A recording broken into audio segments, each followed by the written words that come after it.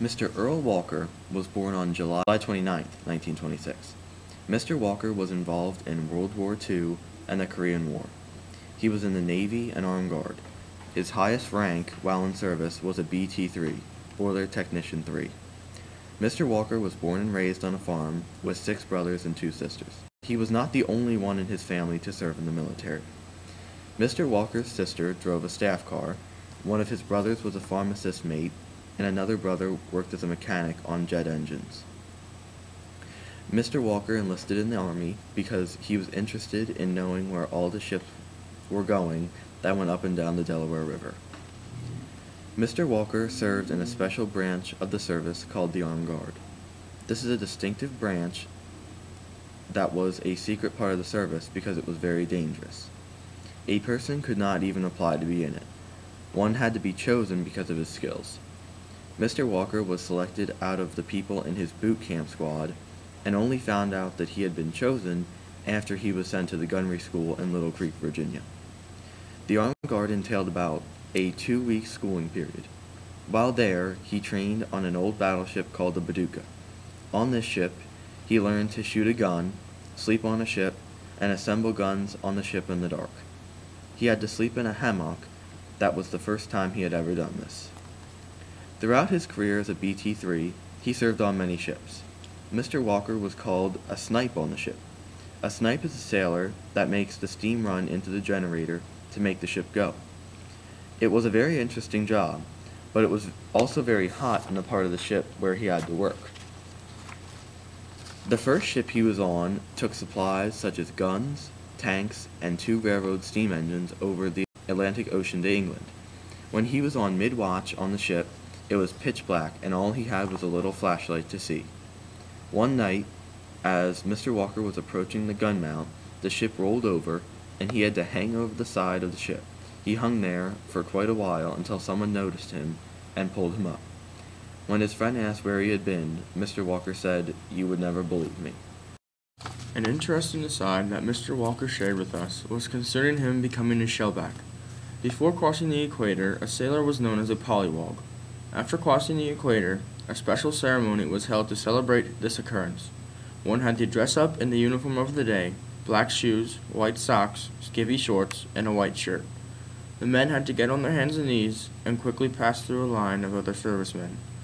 These men had shillelaghs, a piece of canvas with nuts and bolts in it, and tried to hit the men on their butts who were on their hands and knees. Mr. Walker remembers being really whacked. After that initiation, he became a true shellback. A pollywog is a sailor that didn't cross the equator. So this is a great thing. Of course, it wasn't great for us.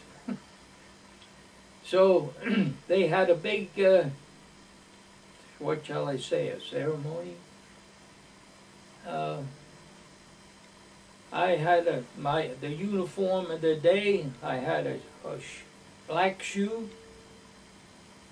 a white stocking, a sneaker, and a black and white, whatever, and a pair of skivvy shorts. And this was on the aircraft carrier. So we got on the elevator, and we all had to get on our hands and knees.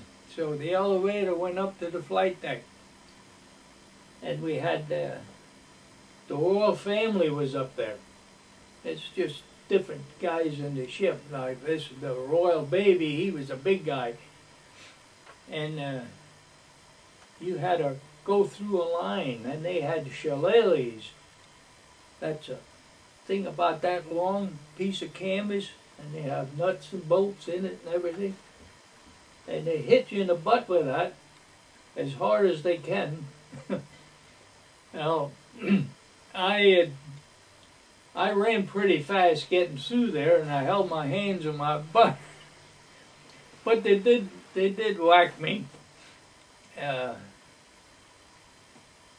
What I remember about that is going on my hands and knees, and you had to you had to holler about being a lowly pollywog.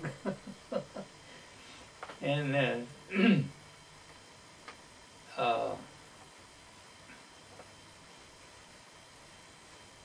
we got to the dentist. They opened your mouth and squirted oil in it. Then you went to the big guy. He was the royal baby. No, what was he? Anyway, he was big, and his belly was full of shaving cream and toothpaste, and you had to go kiss him in the belly. He was sitting in a chair like this. You had to crawl between his legs, and you shoved your head in his belly.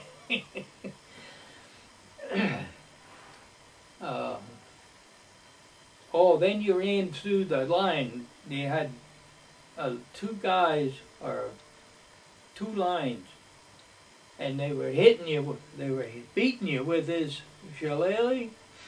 And then after that, you had to crawl through a garbage chute.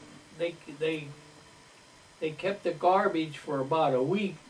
You know, they got all sticky and stuff, and you had to crawl through the garbage chute. Guys puked in there, and so when you got through there, they had the elevator down about 4 foot, and a canvas in there with water. So you jumped in there, and they hosed you down good and got all the scum off of you. Then you became a shellback. While Mr. Walker was away from home, it was very hard to keep in touch with his family. Most of this time, he was not in contact with them at all. During the time Mr. Walker spent in his service, he formed many friendships. He shared that the best lesson he learned from the wars was that if you do what you're told, you will not have any problems. We would like to thank Mr. Walker for serving our country during this critical time, as well as providing us with a better understanding of what it was like to be in the service. We sincerely appreciate this time and effort to aid us in accomplishing this project.